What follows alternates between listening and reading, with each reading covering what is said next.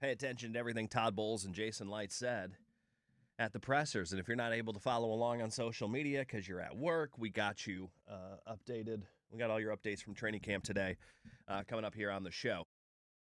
My name is Nick Wize. Thank you so much for being along with us today. If you want to chime in on the show, 888-388-0957. The first voice you hear will be Tim. He'll put you through to us. Tim, how are you on this Thursday? I had to think about he's still fixing the microphone. Did you break the mic again? No, I didn't break the mic. It's so loose. I'm like, I have to put it together. Everyone else is breaking it.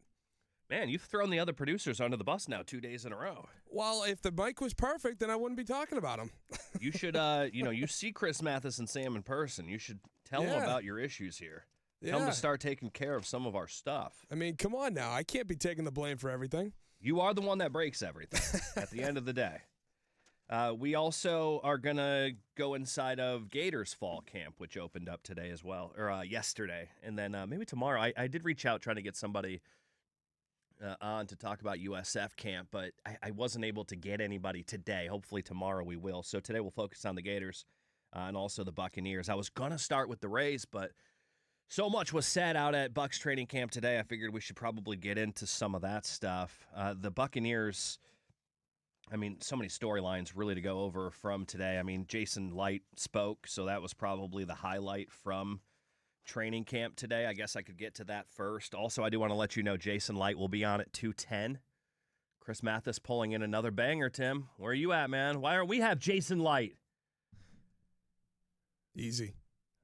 Easy, that's the response? I don't know. I got nothing. I'm trying, Nick. I'm trying. Is easy your is that like your word that you say like when you're uncomfortable or don't know what to say? You're just like, I'm just gonna say easy. There's a few ways I use it. Because I'll get easy. That's one of easy now, and I'm like, that doesn't even make any sense. Me saying that right there made absolutely no sense.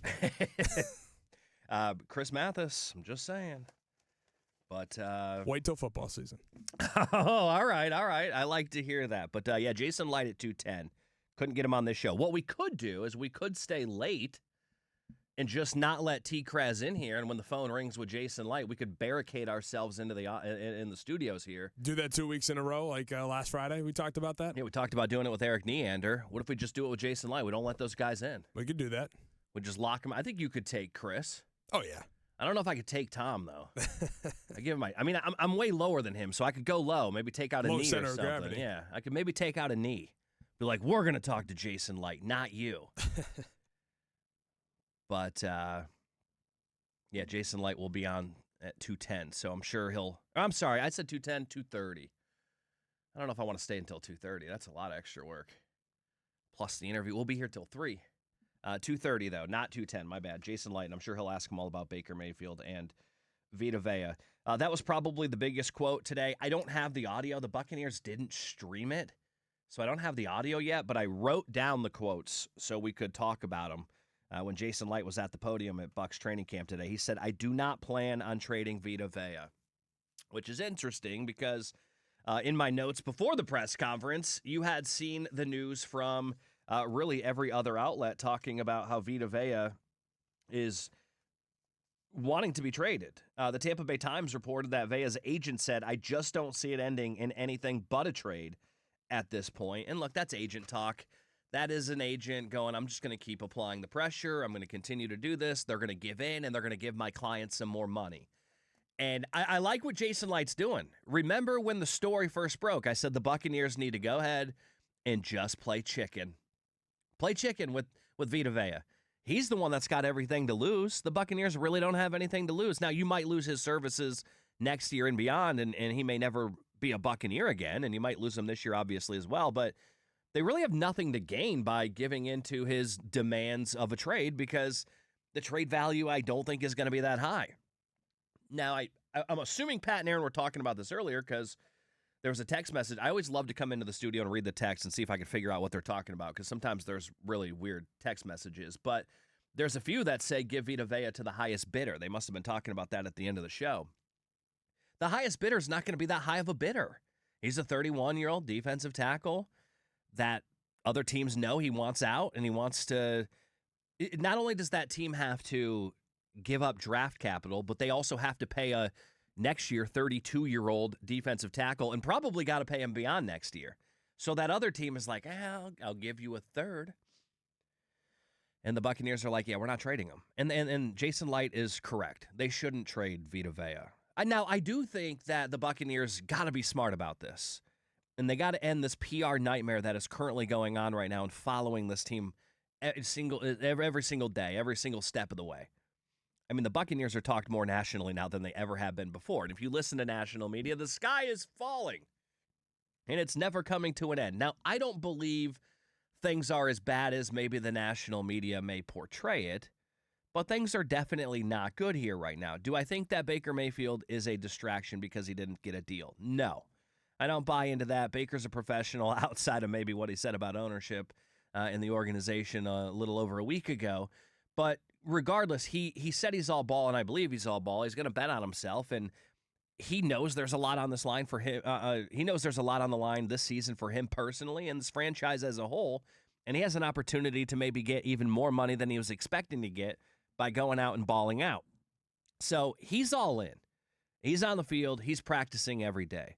Now, Vita Vea, on the other hand, could it be a little bit of a distraction as this goes along? It could be. Right now, it's definitely not. Right now, everyone's worried about themselves. And you have certain guys who are just worried about making the team, right? Everyone's worried about themselves at this moment in time. But the longer that Vita Vea sits out, maybe it's possibly a little bit of a distraction not having him on the field if he's just sitting there on the sidelines with his quote-unquote tweaked back. Although I'm seeing some of these maneuvering that he's doing there on the sideline, going back and forth. The back looks just fine, I'm just saying. But, Vita Vea, I could see how it could kind of be a little bit of a distraction if it prolongs into the season because he's not playing. He's not being helpful. Where Baker, I think it's in the back of his mind and put away on a shelf, and he's not really thinking about it because he's out there trying to win. Vita Vea, on the other hand, he's looking out for one person and one person only. That is himself, where Baker is obviously looking out for the team, and he's still out there competing every day and doing his job as the quarterback. So I think that's the difference in the two situations. Jason Licht did go on to say, I don't know how it's going to end, talking about with Vita Vea. Because the agent, remember, he told the Tampa Bay Times that he doesn't see it ending in any other way other than a trade. Well, how is that going to happen if the general manager's telling you I'm not trading you? Again, that's the agent leaking things to the media, trying to make it bigger than it is. And that's what I don't like. We have not heard from Baker Mayfield's agent publicly. At least I don't believe we have. If we have, I totally missed that. I haven't heard anything. I haven't either. But Vita Vea's agent is causing a little bit of a distraction and a disruption. Now, do I think it's affecting the locker room? No, not at this point.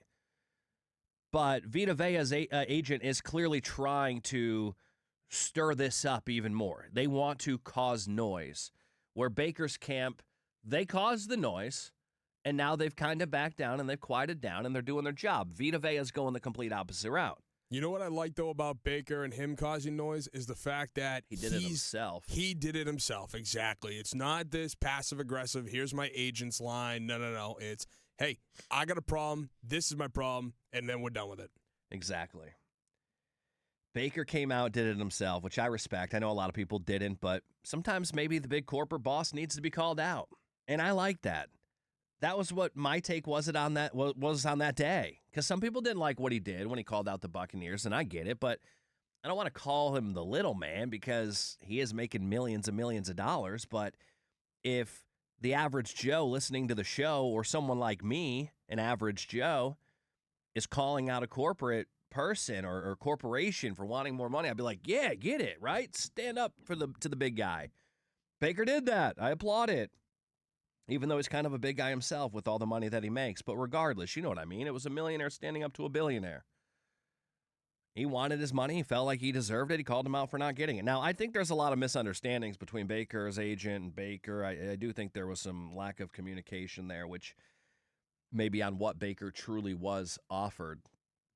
But regardless. Well, see, what do you mean by that? Are you talking about like the guaranteed money or... Yeah, because Baker Mayfield said he was nowhere near the average annual of $50 million, and then it came to find out there was a contract that did. Now, it wasn't fully guaranteed, but it was over $50 million. Remember, Baker's quote was, "I'm nowhere near the $50 million club." I do think there's some miscommunication between him and his representation, and I do believe that might be why Baker's backed off a little bit, and maybe that's why we have put this behind us and we're not still talking about it, because I do think there was a little misunderstanding there. I think the offer was higher than Baker thought, the annual average salary, but at the same time, he didn't like the terms of the contract in terms of length, and so that's where the big issue became. Because that 2-year deal north of $100 million, we don't know how much of it was guaranteed, but if a contract like that was offered, it does put him near the $50 million mark, which he said he was nowhere near.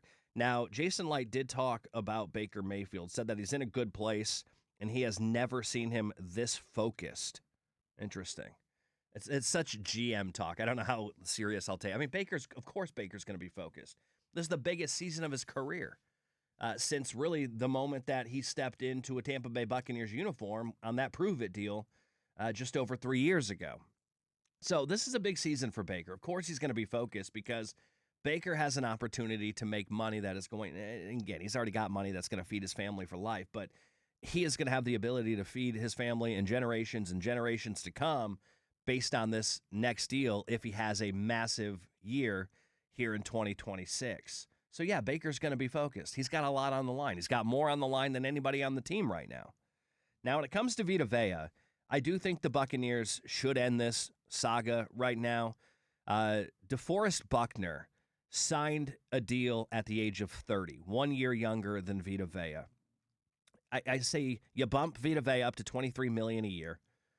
That's $46 million over the next 2 years. Guarantee 40 of it. And you're essentially giving him the DeForest Buckner deal. He's making $23 million a year. That's a $46 million deal. I believe $43 million was guaranteed to DeForest Buckner. That's what I would do with Vita Vea. You're bumping him up to 23 from 17 this year, and you're giving him 23 for next year because you still think, you have to believe he's still going to be able to play at a high value next year. And I think that's fair for both sides. It puts him up there with the other guy who is near his age, right? Because most of the defensive tackles getting paid more than him are younger than him. There are a couple guys his age or older, but most of them are younger. So that's why I went off of DeForest Buckner, because he signed that 2-year deal, $46 million, when he was the age of 30. Vita's 31. I feel like he is worth that money, and we can put this all to bed. And the Bucs are still billionaires. Vita's happy. He's got this year to play for, and of course he's got job security for next year. And then we get to not answer or talk about this any longer, and we know the defense is set. And the defense has been the highlight of training camp right now, which I want to get into coming up next, because there are more storylines from training camp today outside of Jason Licht, and the defense has really stolen all of the storylines and all of the good news outside of the Vita Vea stuff, of course. So I want to get into that coming up next here on the Nick Wize Show. It's 95.7 WDAE and AM 620.